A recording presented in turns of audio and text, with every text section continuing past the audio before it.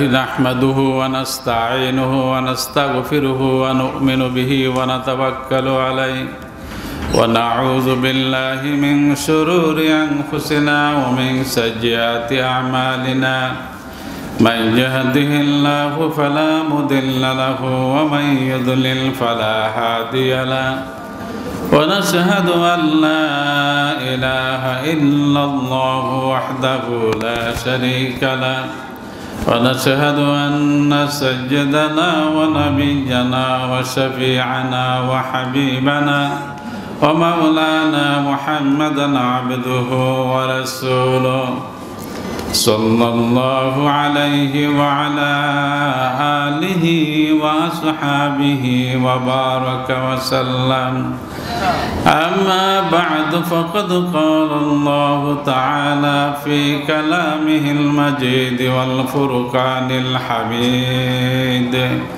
أعوذ بالله من الشيطان الرجيم بسم الله الرحمن الرحيم واتقوا في الصلاة واعلموا أن الله شديد العقاب وقال تعالى إن الله وملائكته يصلون على النبي يا أيها الذين آمنوا صلوا عليه وسلموا تسليما اللهم صل على سيدنا مولانا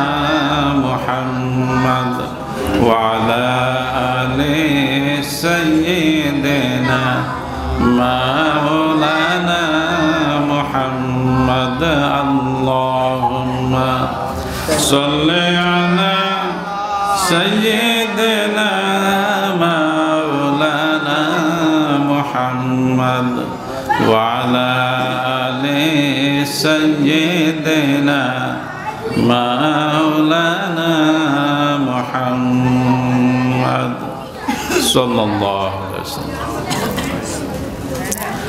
পল্লীটেক যুব সমাজের উদ্যোগে আয়োজিত 3 দিন ব্যাপী ইসলামী মহাসম্মেলনের আজ দ্বিতীয় দিনের সম্মানিত সভাপতি অতিথিবৃন্দ মুআজ্জাজ উলামায়ে কেরাম উপস্থিত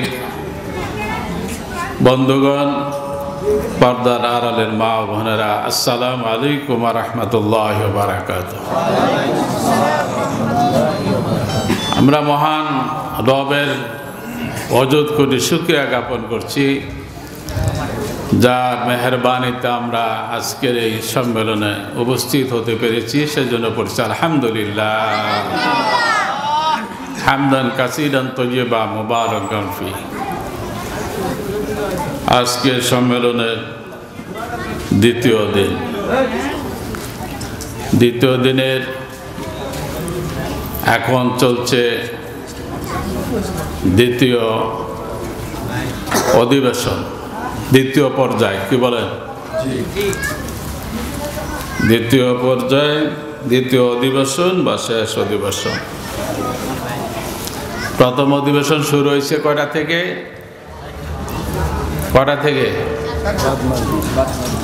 বাদ আসর না বাদ মাগরিব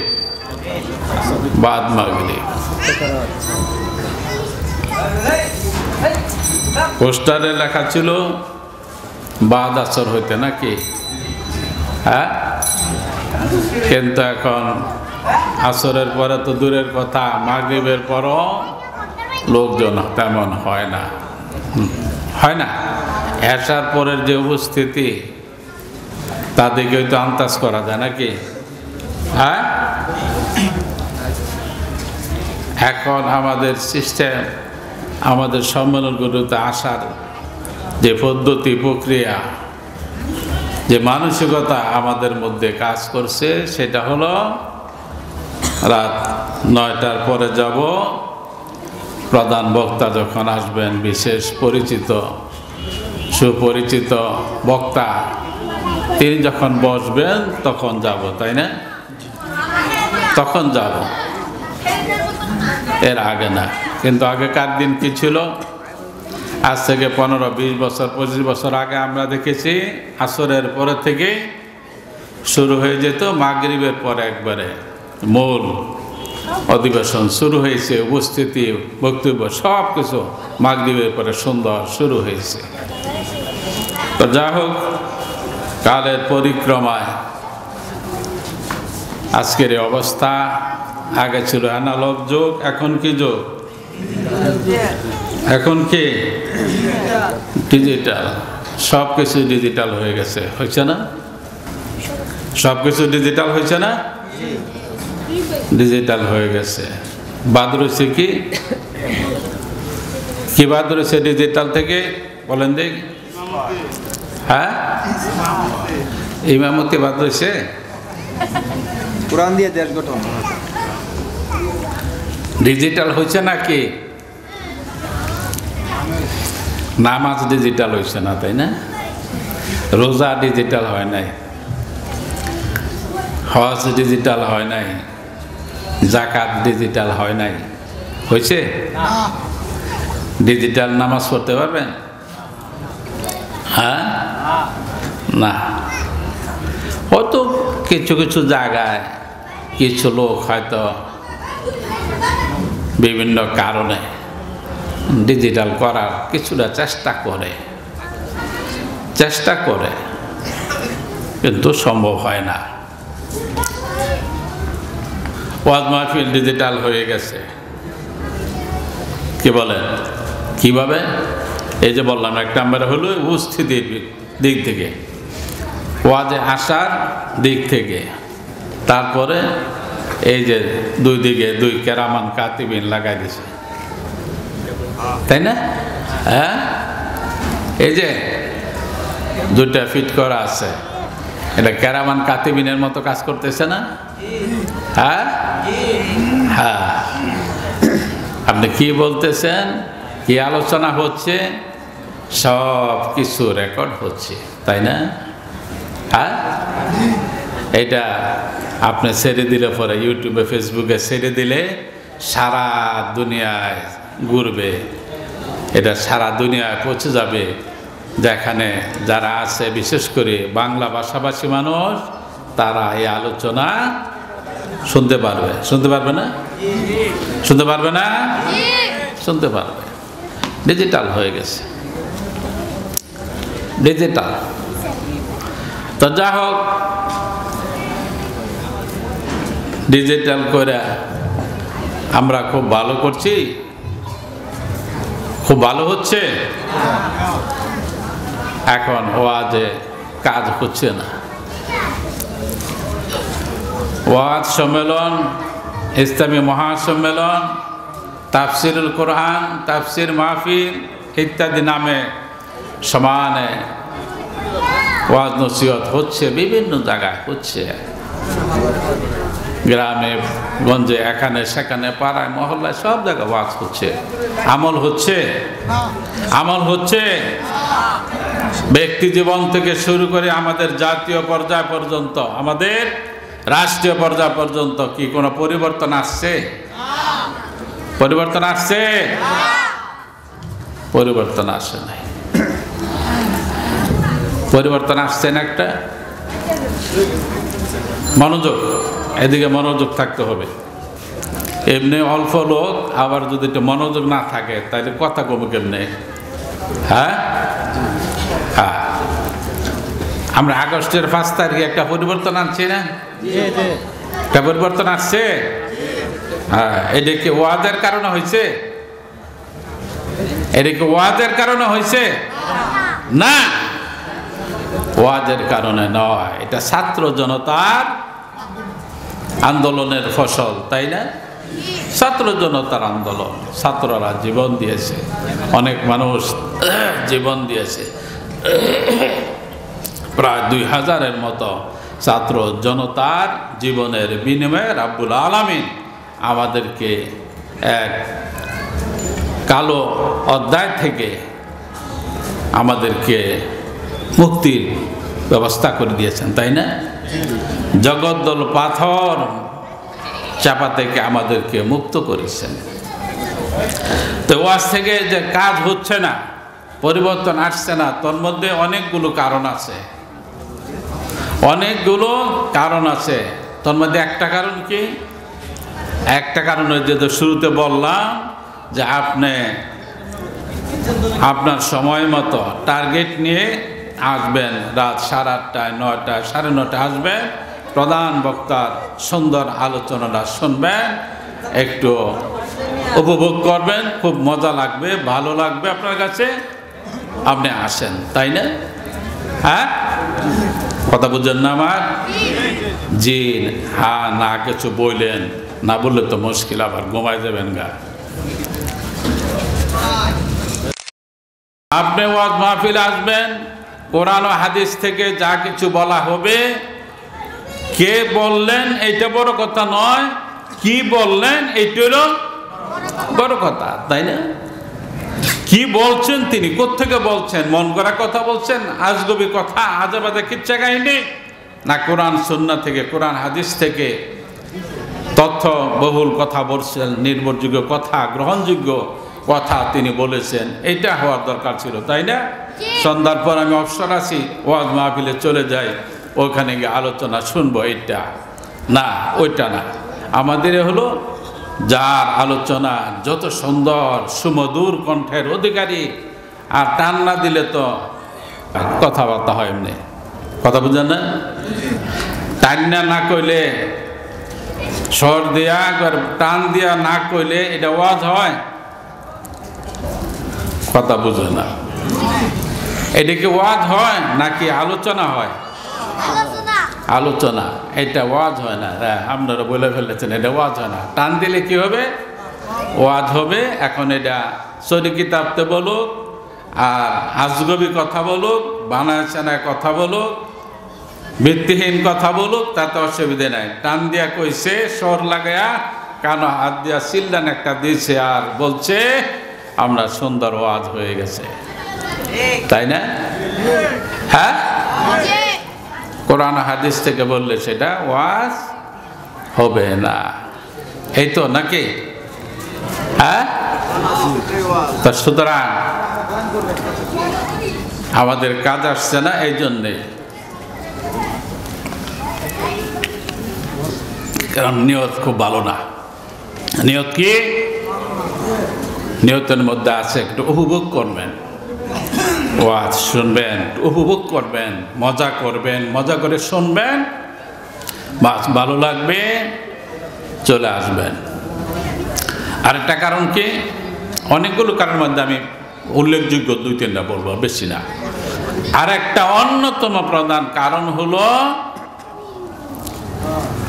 যারা ওয়াজ করবেন, বক্তাদেরকে হাত পা বেঁধে দেওয়া হয়, হাত পা বেঁধে দিয়ে ওয়াজ করতে দেওয়া হয়। হাত পা বেঁধে তারপরে পুকুরে, নদীতে আপনি যদি দেন কাউকে সাঁতার কাটতে, সুন্দর সাঁতার কাটতে পারবে না? হাত পা বাঁধে যদি দেন তাহলে সাঁতার কাটতে পারবে না? তা আমাদের ওয়াজ মাহফিলের সম্মেলনে, মহাসম্মেলনে এবং আমাদের মসজিদগুলোতে, মসজিদের মিম্বারে জুমার দিন, ওখানেও কি হাত পা অনেকটা বাধা থাকে না? বাধা থাকে না? গাইডলাইন, নির্দেশনা, দিক নির্দেশনা, তারপর পরামর্শ দিয়ে দেওয়া হয়, হুজুর এই লাইনে কথা বলেন, ওই লাইনে কথা বলেন না। বিশেষ করে 5ই আগস্টের আগে আমাদের দেশে ওয়াজ করতে গেলে বিভিন্ন মাহফিলে অনেক বক্তার সাথে শ্রোতাদের, বিশেষ করে স্টেজে তারা থাকতেন হোমরা সোমরা সমাজের চলমদ্দি কলমদ্দিরা, তাদের সাথে বক্তাদের বেশ সমস্যা হয়েছে কি না? সোশ্যাল মিডিয়াতে, ফেসবুকে, ইউটিউবে, পত্রিকায় দেখছেন না? 5 আগস্টের পরে এটা বন্ধ হয়েছে, এটা আপনি বলতে পারবেন না। বন্ধ হয়ে গেছে? বন্ধ হয়েছে? বন্ধ হয় না, তবে পার্সেন্টেজ অনেক অনেক কমেছে, পরিমাণটা অনেক কমে আসছে। কিন্তু এর আগে একটু এদিক সেদিক হইলেই দাড়ি কমা কলন সেমিকলন একটু এদিক সেদিক হইলেই লেগে গেছে, তাদের গায়ে আগুন জ্বলে গেছে, বন্ধ করো, ধরো, অ্যারেস্ট করো। ওখানেই দেখা গেছে কাকে বন্ধ করে দিছে, অথবা স্টেজের থেকে নামলে পরে ওনাকে অ্যারেস্ট করা হয়েছে, তাই না? মুফতি আমির হামজা হাফিজাহুল্লাহ তাআলা, মুফতি আমির হামজা ওনায় জেল কাটছেন 3 বছরের মতো। কি অপরাধে? কি অপরাধ করে? চুরি ডাকাতি? হ্যাঁ, কোরআনের সঠিক কথা বলেন। উনি কাউকে গালিগালাজ করেন নাই, মন্দচারে করেন নাই, তেমন কিছু বলেন নাই যে কথাগুলি বললে ক্ষমতাসীনদের সমস্যা হবে, এই ধরনের কথা ওনার কোরআন হাদিস থেকে বলতেন। কাজী ইব্রাহিম সাহেব নরসিংদী জামে কাসিমিয়ার মুয়াদ্দিস ছিলেন, মুফতি কাজী ইব্রাহিম সাহেব, উনি জাল কাটছেন না? জাল কাটছেন না? আচ্ছা, এমনি করে কয়জনের কথা বলবো? আমার কথা নাই বললাম, হ্যাঁ? আমারটা তো বলার দরকার নাই, আমি যেহেতু আপনাদের ফুলদি থেকে ছেলে, আমারটা তো শুনেছেন, জানেন, তাই না? জানেন না? হ্যাঁ, এই জন্য আমারটা বললাম না, তাই না? আমি কতদিন ছিলাম? কতদিন বলেন দি? হ্যাঁ, 1 মাস। বেশ সুন্দর। আমি 30 দিন, পাকা 30 দিন ছিলাম। 30 দিনের কোর্স করে আসছি আমি। হ্যাঁ, 30 দিনের কোর্স করে আসছি। নবীদের সুন্নত, শুধু নবীর সুন্নত না, নবীগণের সুন্নত এটা। জেলে যাওয়া, কারাবরণ করা, নির্যাতিত হওয়া, নিপীড়িত হওয়া, শাসক গোষ্ঠীর দ্বারা লাঞ্ছিত অপমানিত হওয়া, এগুলো নবী রাসূলদের সুন্নত।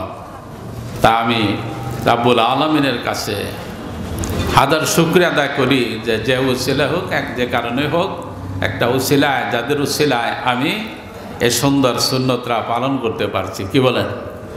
হ্যাঁ, এর জন্য আমি পড়ছি আলহামদুলিল্লাহ। হ্যাঁ,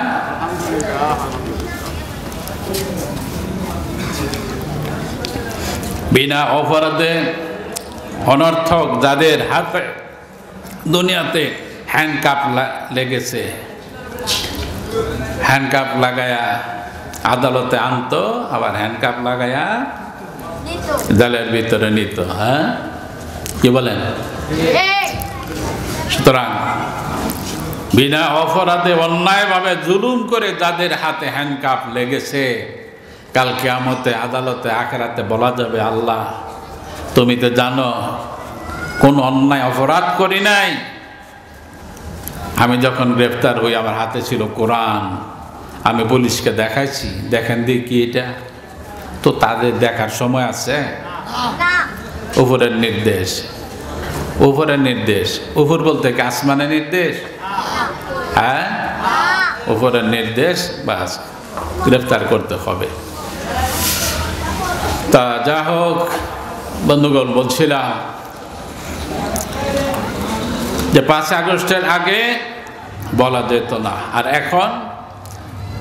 এখনো কিছু কিছু জায়গায় সমস্যা সৃষ্টি হচ্ছে, তাই না? হচ্ছে না? শুধু বাংলাদেশে নয়, গোটা পৃথিবীতে, শুধু বাংলাদেশে নয়, গোটা পৃথিবীতে সবচেয়ে শিক্ষিত, সবচেয়ে বড় আলেম, জ্ঞানী, গুণী আমি বলছি না, বলবো না, কিন্তু সবচেয়ে জনপ্রিয় ব্যক্তিকে, সবচেয়ে জনপ্রিয় ব্যক্তিকে মিজানুর রহমান আজহারি রাহিমাহুল্লাহ, হাফিজাহুল্লাহ, ডক্টর মিজানুর রহমান আজহারি আজকের পৃথিবীতে সবচেয়ে বেশি জনপ্রিয় ব্যক্তি, তাই না? যার ওয়াজ মাহফিলে কত লোক হয়? লক্ষ লক্ষ, 15 লক্ষ, 20 লক্ষ। যেখানে ওয়াজ তার 2-4 কিলোমিটার পর্যন্ত সব অচল হয়ে যায়, তাই না? হ্যাঁ, ওনার মতো জনপ্রিয় ব্যক্তি আছে আজকের পৃথিবীতে, সারা দুনিয়ায় আছে? কারো মাহফিলে, কারো জনসভায় এরকম 1 লাখ 2 লাখ লোক হয়, হতে পারে 3 লাখ হয়, ধরলাম 5 লাখ হলো, এর চেয়ে বেশি কোথাও হয় না, কেউ বলতে পারবে না, দাবি করতে পারবে না, তাই না? হ্যাঁ, উনি গেল সপ্তাহানেক আগে যশোরে এই যাবৎকালে যা প্রোগ্রাম করেছেন, উনি সর্ববৃহৎ প্রোগ্রাম হয়েছে। ওই প্রোগ্রামে কি বলছিলেন? একদল খেয়ে গেছে, আরেক দল খাওয়ার জন্য প্রস্তুত আছে। এটা কি মিথ্যা কথা? এটা কি অবাস্তব কথা? কোন দলের নাম বলছেন? তা আপনি আপনার গায়ে মাখছেন কেন? আপনি কেন আপনার গায়ে মাখছেন? এখানে যে আমরা যে মঞ্চে বসে আছি 4-5 জন, আপনাদের থেকে একজন দাঁড়ায় যদি এরকম নির্দিষ্ট না করে অনির্দিষ্টভাবে একজনকে একটা কথা বলেন, তাহলে আমার দরকার আছে আমার গায়ে মেখে নেওয়া? না। আমি যদি এই দোষে দোষী না হই, তাহলে আমার গায়ে আমি মাখবো না। কি বলেন? হ্যাঁ,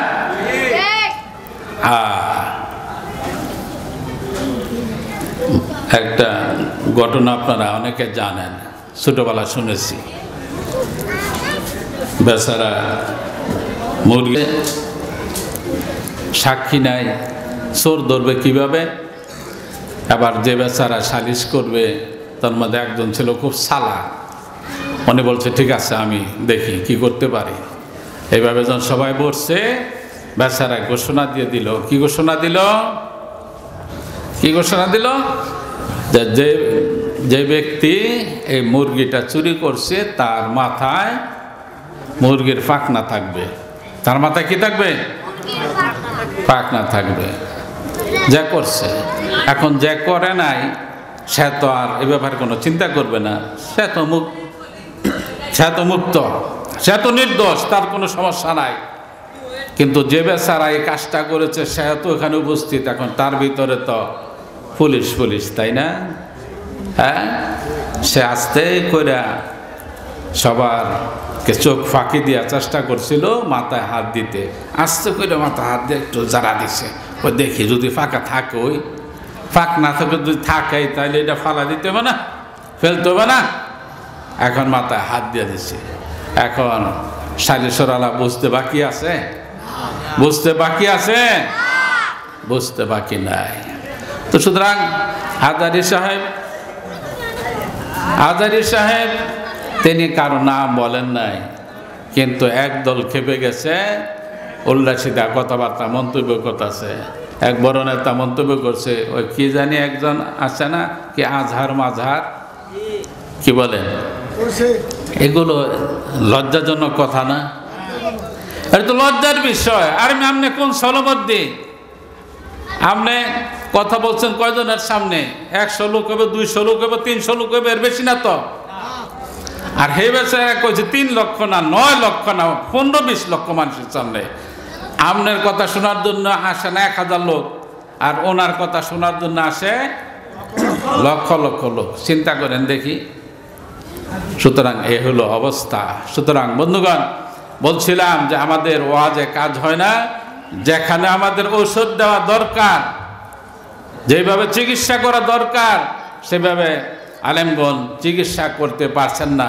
আলেমগণ কি রুহানি ডাক্তার, তাই না? আত্মিক ডাক্তার, রুহানি ডাক্তার। মানুষের রুহের খোরাক কোরআন সুন্নাহর মধ্যে আছে, সেই খোরাকগুলো মানুষের মধ্যে বিলি করেন কারা? কারা? ওলামে কেরাম। এই আয়োজনে সুন্দর, এত বড় আয়োজন, এত টাকা পয়সা খরচ করে, এত কিছু করে আপনাদেরকে দাওয়াত দিয়ে এখানে এনেছেন। তারপরে বক্তাগণকে বিভিন্ন দূর দূরান্ত থেকে অনেক টাকা খরচ করে বক্তাদেরকে, আলেমদেরকে আনার ব্যবস্থা করেছেন। কি উদ্দেশ্য? কি উদ্দেশ্য একটা, কোরআন হাদিসের সঠিক কথাগুলো যেন আমরা শুনতে পারি, আমরা যে রোগের রোগী এ রোগ যেন সারে, এর জন্য এই রোগের জন্য প্রয়োজনীয় যে ওষুধপত্র আছে সেগুলো যেন দিতে পারে, ঠিক না? সেই জন্য ব্যবস্থা। কিন্তু এখন দেখা যায় যে আমরা সেই ব্যবস্থা করতে পারি না, অর্থাৎ উলামায়ে কেরাম সেই কথাগুলো স্বাধীনভাবে বলতে পারে না। বলতে পারে? বলতে পারে? এখনো বলতে পারে না। জুমার খুতবায় প্রতি শুক্রবার দিন, জুমার দিন সপ্তাহে একদিন ওখানে বসে খতিব সাহেব কোরআন হাদিস থেকে ওনার স্বাধীনভাবে কথা বলতে পারেন? কথা বলতে পারেন? একজন মাওলানার মুখ থেকে আমি শুনছিলাম, উনি বলছেন সঠিক ঘটনা যে আমার এক বন্ধু ক্লাসমেট ভালো আলেম, ভালো বক্তাই, তো এক বড় মসজিদের ইমাম হয়েছে। তো একদিন আমি গেলাম, দেখি তার এখানে গিয়ে জুমার নামাজ আদায় করব, তার সাথে দেখা সাক্ষাৎ করব, বেড়াবো, এ উদ্দেশ্যে গেছেন। গিয়ে দেখেন কোন আলোচনা নাই, শুধু খুতবা দিয়া নামাজ পড়ায় শেষ। আলোচনা শেষে জিজ্ঞাসা করছে, কি তুমি তো ভালো বক্তা, ভালো আলোচনা করতে পারো, ভালো আলেম কালাম আছে, তো তুমি আলোচনা করছো না, ব্যাপারটা কি? খালি এমনি নামাজ পড়ায় দিলা? পর কয়, দেখো মনের দুঃখে আলোচনা করি না। কি হয়েছে? প্রথম দিন আইসাই সুদের ব্যাপারে, সুদের বিরুদ্ধে ওয়াজ করলাম, সুদের বিরুদ্ধে ওয়াজ করলাম। ওয়াজের পরে হুজুরখানায় যাওয়ার সাথে সাথে সভাপতি সাহেব গিয়া বলে, হুজুর আমি যে সুদের লগে জড়িত আছে, আপনি জানছেন কেমনে? এটা আপনি জানলেন কেমনে? আরে আমি জানবো কেমনে? আমি আপনার কইছি? করবো না, আপনি আমার দিকে ইঙ্গিত করে কইছেন, আমি তো বুঝতে পারছি। হ্যাঁ, আপনি কেমনি মেমতি করেন দেখবো। পরে কয় এটা সুদেরটা বাদ দেন। পরের জন্য আলোচনা করছি ঘুষের কথা আলোচনা করেছি। এবার নামাজ শেষ করে হুজুরখানায় গেছি, পরে সেক্রেটারি সাহেব বলে, হুজুর আমি যে মাঝে মধ্যে একটু ঘুষ খাই চাকরিতে, আপনি এটা কেমনে জানছেন? কে বলে দিস আপনার কাছে? কনসে দি পর করতে জানবো। কাহা আপনি করতে জানলেন? এটা আপনি ওয়াজ করছেন ঘুষের ব্যাপারে? কয়টা বাদা পরের জন্য আলোচনা করছি ফর্দার ব্যাপারে। ওকে শিয়ার গিয়া বলে, কয় আপনি আমার বাড়ির যে ফর্দা হয় না, আমার বাড়িতে যে ফর্দা নাই, আপনি এটা জানেন কেমনে? কোথেকে বললেন?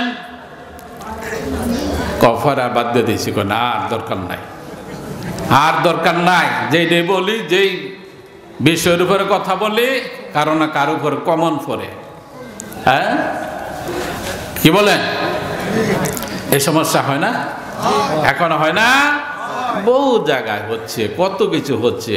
এই গত 15 বছর 16 বছরের মধ্যে কত ইমাম সাহেবের ইমামতি চলে গেছে, তাই না? গেছে না? আমার গেছিল? হ্যাঁ,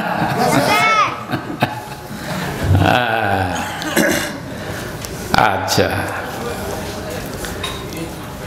এই কথা যে স্বাধীন মোতাবেক আমরা আলোচনা করতে পারি নাই। হ্যাঁ, কথা বললেই সমস্যা হতো। তা এখন আপনি ডাক্তার আনছেন বাড়িতে, আপনার ছেলের অসুখ, মারাত্মক অসুস্থ, আপনি ডাক্তার আনছেন, MBBS ভালো ডাক্তার আনছেন ওষুধ দেওয়ার জন্য, মানে চিকিৎসার জন্য। এখন ডাক্তার এসে বললেন যে তাকে তো ইঞ্জেকশন দিতে হবে। আপনার ছেলেকে, সন্তানকে আপনি যে ভালোবাসছেন, যে সোহাগ করেন, এটা তো স্বাভাবিক। কি বলেন? সন্তানকে ভালোবাসে না? সন্তানকে মা বাবা, দাদা দাদি, নানা নানি, আপন জনেরা ভালোবাসবে। বিশেষ করে মা বাবা নিজের কলিজা থেকে, প্রাণের থেকেও তাদেরকে বেশি ভালোবাসে। এটা কার দেওয়া? এটা কার দেওয়া? আল্লাহর দেওয়া। এটা যদি না থাকতো তাহলে পৃথিবী এভাবে টিকে থাকতো না। এটা কি শুধু মানুষের মধ্যে না, অন্য প্রাণীর মধ্যে আছে? একটা পিপিলিকার মধ্যে আছে না? আছে না? আছে। এবার বাবার যে মায়া দরদ, ডাক্তার বলছে ইঞ্জেকশন দেওয়া লাগবে, না আমার ছেলে ইঞ্জেকশন দিতে পারবে না, দিতে না, দরকার নাই। এখন ইঞ্জেকশন যদি না দেন তাহলে পরে এই জ্বর ঠান্ডা কাশি এটা দূর হবে না, এটা সারবে না। তা আপনি যদি ডাক্তারের উপরে ডাক্তারি করেন, ডাক্তারের উপরে যদি আপনি মাতাব্বরি করেন, তার হাতে ধরে রাখেন যেন আপনি এইভাবে করতে পারবেন না চিকিৎসা, তাহলে রোগ সারবে? রোগ সারবে? আমাদের অবস্থাটা হয়েছে এই জাতির এটাই যে ওলামায়ে কেরাম যে কথাগুলো বেশি বেশি বলা দরকার ছিল সে কথাগুলো বলতে পারছে না, যে রোগের বেশি ওষুধ দেওয়া দরকার ছিল, ট্রিটমেন্ট দেওয়া দরকার ছিল, প্রেসক্রিপশন করা দরকার ছিল, সেগুলো করতে পারে নাই। যার কারণে আজকে আমাদের সমাজ ও রাষ্ট্রের এই মারাত্মক অবস্থা, তাই না?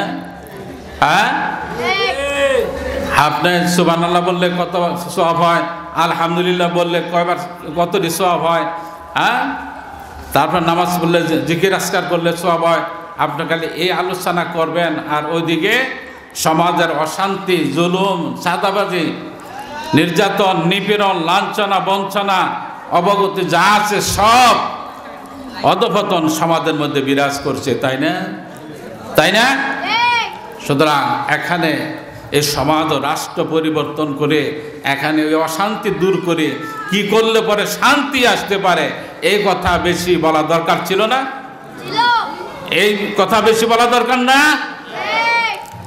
এই যে 5 তারিখের যে পরিবর্তন হয়েছে, এটা কি হুজুর গো ওয়াজের পরিবর্তন, ওয়াজ করার পরিবর্তন না, এটা সমাজ ও রাষ্ট্রের যে মারাত্মক অবক্ষয় বিরাজ করছিল, আমাদের রাষ্ট্রটাকে একবার প্রান্তে নিয়ে গেছিল, সেই থেকে আমরা মুক্তি লাভ করেছি, তাই না?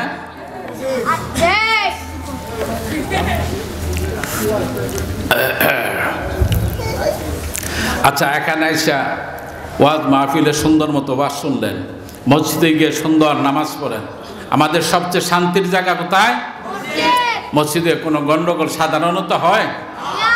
একবার হয় না তা বলা যাবে না, মাঝে মধ্যে হয় আমাদের খাচ্ছতের কারণে, কিন্তু সাধারণত মসজিদগুলোতে কোনো হুড়াহুড়ি, মারামারি, দরাদরি এগুলো চলে? হয়? এগুলো হয় না। কেন? ওইখানে আল্লাহ রাসূলের নিয়ম কানুন, কোরআন সুন্নাহর নিয়ম কানুন ওখানে আমরা মেনে চলি, সেই কারণে সমস্যা হচ্ছে না, তাই না? এখন সমাজ ও রাষ্ট্রে এই বৃহৎ অঙ্গনে, মসজিদের এই অঙ্গনে, ওখানে আমরা কতক্ষণ থাকি? ওখানে কতক্ষণ থাকি? ওখানে কতক্ষণ থাকি? 5 ওয়াক্ত নামাজে টোটাল হিসাব কিতাব করলে আপনি কতক্ষণ? 1 থেকে 1.5 ঘন্টা সময় বড় জোর ওখানে থাকি 5 ওয়াক্ত নামাজে, এর চেয়ে বেশি না। বাকি শান্তি অশান্তির জায়গা হলো সমাজে, সেখানে কি শান্তি ছিল? আছে? শান্তি আছে সেখানে? আপনি জমি বিক্রি করতে পারেন না, সাদা দিতে হবে, দালালদেরকে দালালি দিতে হবে। আপনি বাড়ি করতে পারেন না। আমি 1 মাস আগে শুনছি একজন বলছে যে পৌরসভা থেকে প্ল্যান পাস করে রাখছে, 8-10 জন লোক তারা সাদাবাজদের কারণে ভয়ে কাজ ধরতে পারছে না। কে বলে 5 লাখ দিবা, কে বলে 10 লাখ দিবা, আমার কাছে ইট নিতে হইব, বালু নিতে হইব, এ করতে হইব। এগুলো জানেন আপনারা? কি বলেন? এগুলো হবে কেন? এগুলো হবে এই জন্যে যে সমাজে যারা ফেতনাবাজ, যারা চাঁদাবাজ, যারা লুটেরা, যারা বর্বর অসভ্য, এই জালেমদের কাছে আমরা আমাদের সমাজ ও রাষ্ট্রের দায়িত্ব তুলে দিয়েছি। সেই জন্য রাব্বুল আলামিন সূরা নিসার 58 নম্বর আয়াতে 58 নম্বর আয়াতে পরিষ্কার নির্দেশ দিয়েছেন, ইন্নাল্লাহা ইয়ামুরুকুম আন তুআদ্দুল আমানাতি ইলা আহলিহা ওয়া ইযা হাকামতুম বাইনান নাস আন তাহকুমু বিল আদল। আল্লাহ রাব্বুল আলামিন তোমাদেরকে নির্দেশ করছেন, তোমাদের পবিত্র আমানত, যে কোনো আমানত, সেটা তার হকদারের কাছে, যে আমানত রক্ষা করতে পারবে তার কাছে তোমরা উঠায় দাও। কথাটা বোঝার চেষ্টা করো, অত্যন্ত গুরুত্বপূর্ণ কথা, যে আল্লাহ তোমাদেরকে নির্দেশ করতেছেন তোমরা যেন তোমাদের আমানত সমূহ তার হকদারের কাছে, এটার উপযুক্ত যে এই আমানত রক্ষা করতে পারবে তাদের হাতে সুপর্দ করবা, তাদের হাতে তুলে দিবা। আমরা কি সেটা করছি? বুকে হাত দিয়ে বলেন করছি? স্বাধীনতার বিগত 53 বছরে আমরা এটা করতে পারছি? যারা সুদের সাথে জড়িত, ঘুষের সাথে জড়িত, চুরি, বাটপারি, চাঁদাবাজি, এই সব যারা করে তাদের সাথে আমরা জড়িত আছে, তাদেরকে আমরা আমাদের আমানত দিচ্ছি, সমর্থন দিচ্ছি, ভোট দিচ্ছি, আমাদের সমাজ ও রাষ্ট্রের দায়িত্বে বসাইছি, আর তারা এই কাজগুলো করছে, তাই না?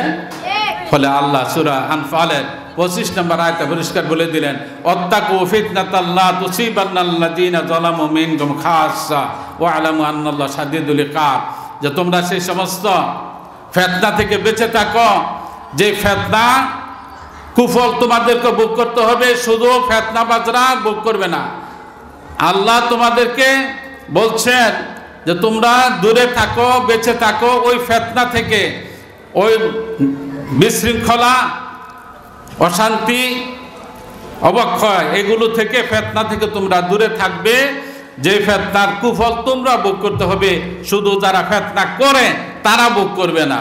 তাই সমাজে যারা ফিতনা করে, যারা সাদাবাদ, যারা লুটপাট করে, যারা জুলুম করে, তাদের সংখ্যা খুব বেশি, তাদের সংখ্যা খুব বেশি।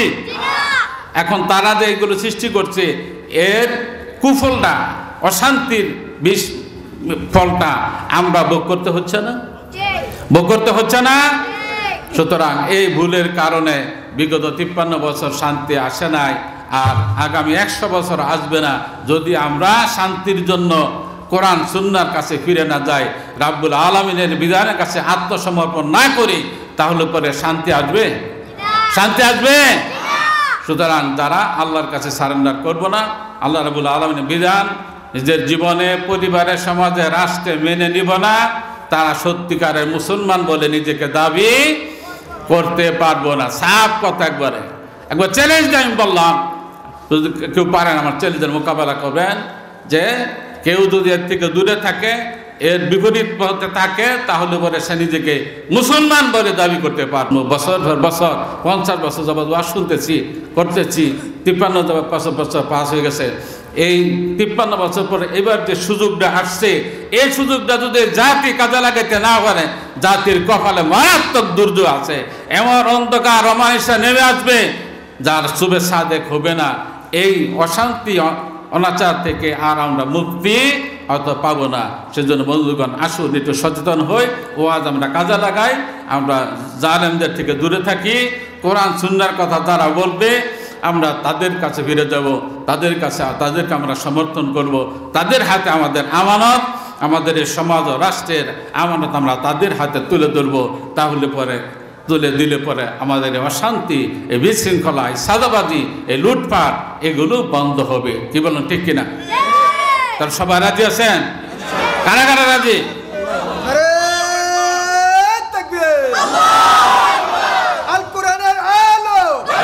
জালো সংসদে জালো,